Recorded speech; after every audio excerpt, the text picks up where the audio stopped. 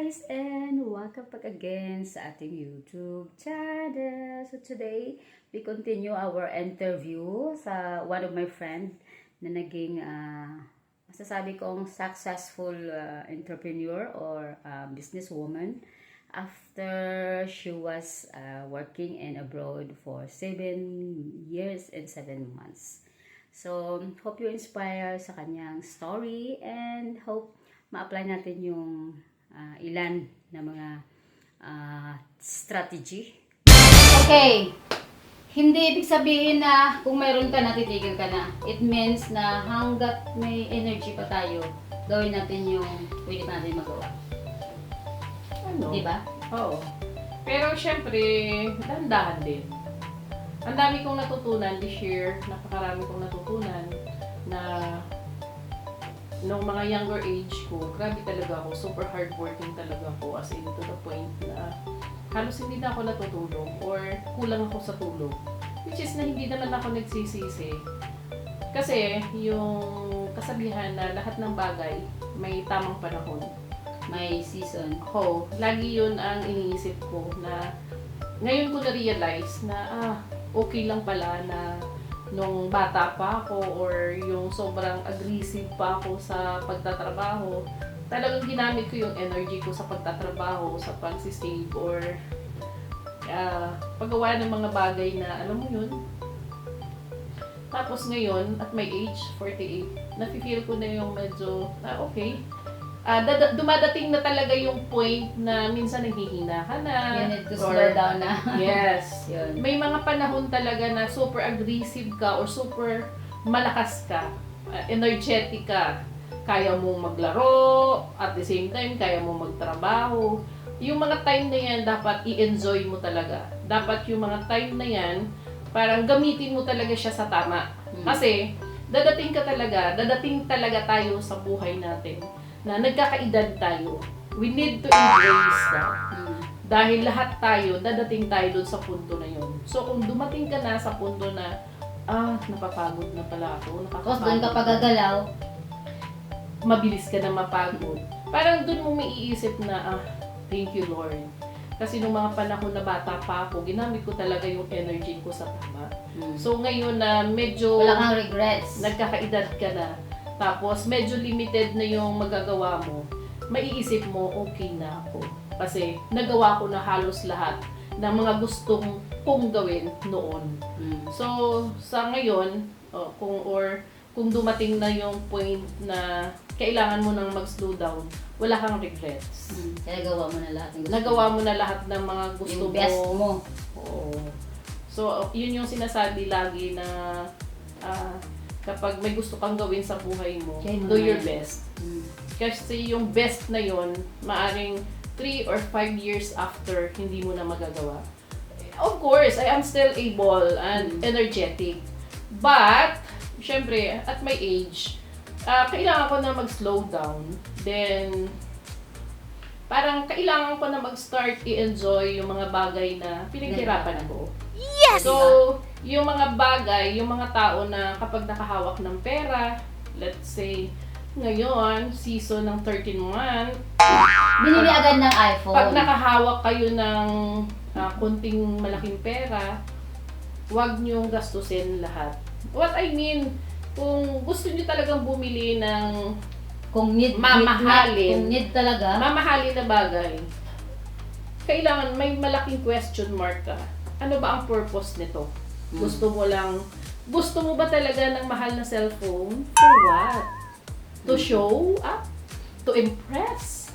Ipagmayabang mo? Or sino ba ang magsasuffer nun? Yung mga pinagyayabangan mo ba na tao? O wala ikaw? naman silang I mean, bakit hindi ka na lang bumili ng cheaper phone? Sigan lang naman, kakatawag ka pa rin. Yes. Yung Pero nagagamit mo siguro, lang siyempre, siya. kung sobra-sobra ng pera mo, siguro, okay. Pero kung, Depende sa'yo. Depende Oo. talaga sa'yo. pero kung yung Baka naman limited sabihin lang nyo, or, pakialamera kami. pero kung do parang, ba't mo unahin yun? Tama lang. Diba? Unahin mo yung pag-iipon. Mm. Kasi, hindi mo alam kung bukas may lakas ka pa or bukas baka may emergency, at least may bubunutin ka. Yung mga ganong isip. Huwag mong kumbaga, lahat halos naghihintay ng 13 month. Tapos Excited. yung 13 month na yon gagamitin sa pagpapariband ng buhok, sa pagbili ng Party. ganito-ganito. Isipin mo, isang beses lang sa isang taon ang December.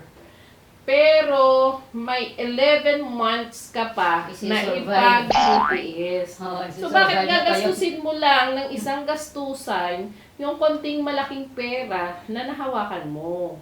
Alam mo, may mga nakikilala ako na empleyado na habang nagtatrabaho sila, kumukuha sila ng motor. Girl, Oh, wow! sagot ko sa'yo. Kumukuha siya ng motor. Yung motor, hinuhulugan niya, short term. Tapos yung motor na yon kinukuhanan niya, I wish na kinukuhanan niya ng franchise para mabiyahe. So, maybe yung 13 month niya, idinadown niya dun sa motor. Tapos, yung natira, pwede niyang ibili ng sidecar. Tapos, yung pagbubuhok niya sa motor, Yun yung doon niya kita. kukunin. So, before mo mahawakan yung 13 month mo, dapat naiisip mo na, ano kaya ang pinakamabisang bagay or pinakamagandang bagay na gagamitan ko nito. Kung gusto mo ng Maibang gusto buhay mo mo. magpariband or what, choice mo yan. Pero, Ang sinasabi namin dito ay kung gusto nyo mabago ang buhay nyo, kung gusto nyo maiba ang buhay nyo, Use your money wisely. wag sundin yung mga nakikita natin na alam naman natin na wala nang nangyari, di ba? So bakit natin gagawin yun? Hawak ng pina, mag-reband. Lahat. So, yun, maging wise lang siguro tayo. So, okay, last na question.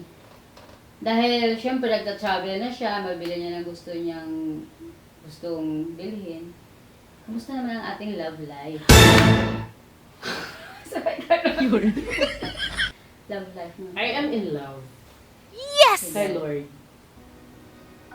And praying na sana dumating naman yung panahon na bibigyan niya ako ng tamang tao na makakatanggap sa akin ng buong buo. Nanununtok ako. Yung magaling sumalo ng suntok.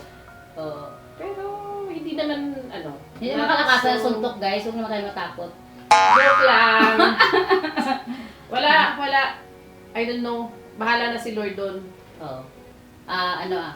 Open. Open For all minded. joke. Okay, so to close sa natin, sa interview, meron ka bang paborito na verse na pwede i-share? Yes. Na pinanghahawakan mo talaga na kahit anong hirap mo, yun talaga pinanghahawakan mo. Yes. Anong Yung verse life yun sa verse Bible? ko. Yung life verse ko is Jeremiah 29:11.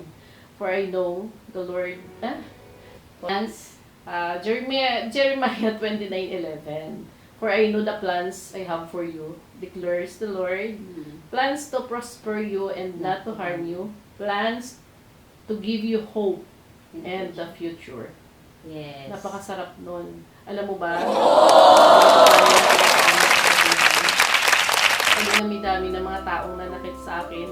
Oh. Sa dinami-dami ng mga taong nagtumalikod sa akin sa kabila ng lahat ng sakripisyo ko. Every time na Maalala mo yung verse na yun. Yun yung every time nagpapalakas na sa'yo. may umaatake sa akin or may mga negative na mga nangyayari sa akin, umiiyak ako noon. Pero pinanghahawakan ko yung verse na yun na, alam mo yun, naniniwala ako na hindi ibibigay sa akin ni Lord yung challenge tsaka yung trials Hindi mo kung makaya. hindi ko kayang lagpasan.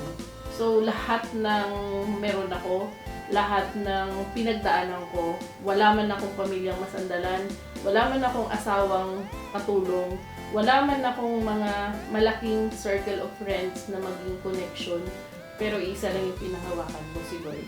Siya yung, He is the creator of the universe. So, walang King of pwedeng lumagpas sa kapangyarihan at sa power na kaya niyang ibigay. Yung protection ko, yung lahat-lahat nangyayari sa akin, siya lang ang may control. So, hanggang ngayon, hanggang sa mamatay ako, ipinagkakatiwala ko sa kanya yung lahat-lahat na meron ako. pinagkakatiwala ko sa kanya ang lahat-lahat. Kasi walang pwedeng mag-control sa atin, kundi siya lang. Sige, ate. Nothing is impossible. Okay, Lalo- amen. Lalo sa mga single mom na kagaya ko, wala tayong pwedeng ibang sandalan. Tandaan nyo, kung sasandal kayo sa tao, panandalian lang yan. Super temporary lang. May mga tendency na madadapa tayo or malulubog lalo tayo. Pero kung sa kabila ng lahat ng hirap, ng sakit, ng lahat-lahat ng mga pagsubok na pagdadaanan mo, kung kay Lord ka kakapit, Wala sa ka kanya tayong ka talo. sasandal, wala kang talo. True. Lahat ng kinikimkim mo sa dibdib mo, lahat ng laman ng isip mo, sa kanya mo sasabihin. Wala kang maririnig na condemnation. Wala kang maririnig na Yes! blame. Wala kang maririnig na sumbat. Wala kang maririnig na kahit ano. Kung ang intention mo at yung heart mo nakakonect sa kanya, mafe-feel mo yung katahimikan, kapayapaan ng isip, tsaka ng puso mo. Kaya mo matulog ng mahimbing na hindi ka nag-iisip na baka may pwedeng mangyari. Kasi sinurrender mo na sa kanya lahat eh. Ano man yung mangyari sa'yo, kagustuhan niya yun. Hindi mo nakagustuhan. Siya ang may control ng buhay mo. Siya ang may control ng sa'yo. Siya lang ang may hawak ng lahat sa'yo. Sa isang snap lang, kung magiging bad ka, or magiging greedy ka, or magiging selfish ka, sa isang snap lang. Mawala lahat. Kaya niyang kunin yun. Kaya ikaw, kung binigyan ka niya ng blessings, huwag kang magmamalaki. Magpasalamat ka. At pakinggan mo, pumikit ka. Pakinggan mo yung wisdom na sinasabi niya sa'yo. Baka binigyan ka niya ng blessings kasi kailangan mo maging blessings sa iba. Yes. Bye! Thank you! Thank you so much sa time na binigay at sa mga nakinig. Hope na na-inspire tayo and sabi ko sa inyo, I'm the one na na-inspire talaga sa kanyang story. And ito, happy na naglilingkod kay Lord. And this 2026, we are so excited kung ano pa yung pwedeng gawin ni Lord sa buhay natin. Merry Christmas and Happy New Year. Welcome year 2026. Bye. Thank you so much.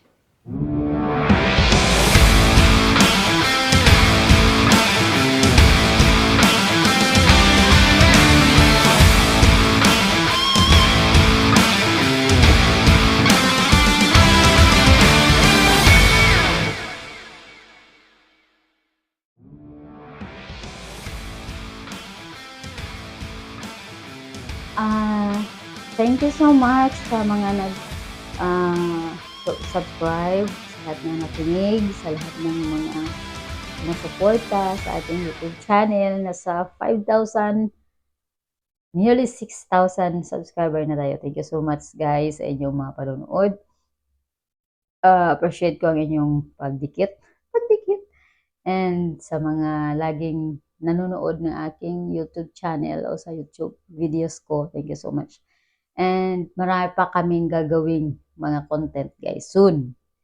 And I'm so excited guys for this 2026. So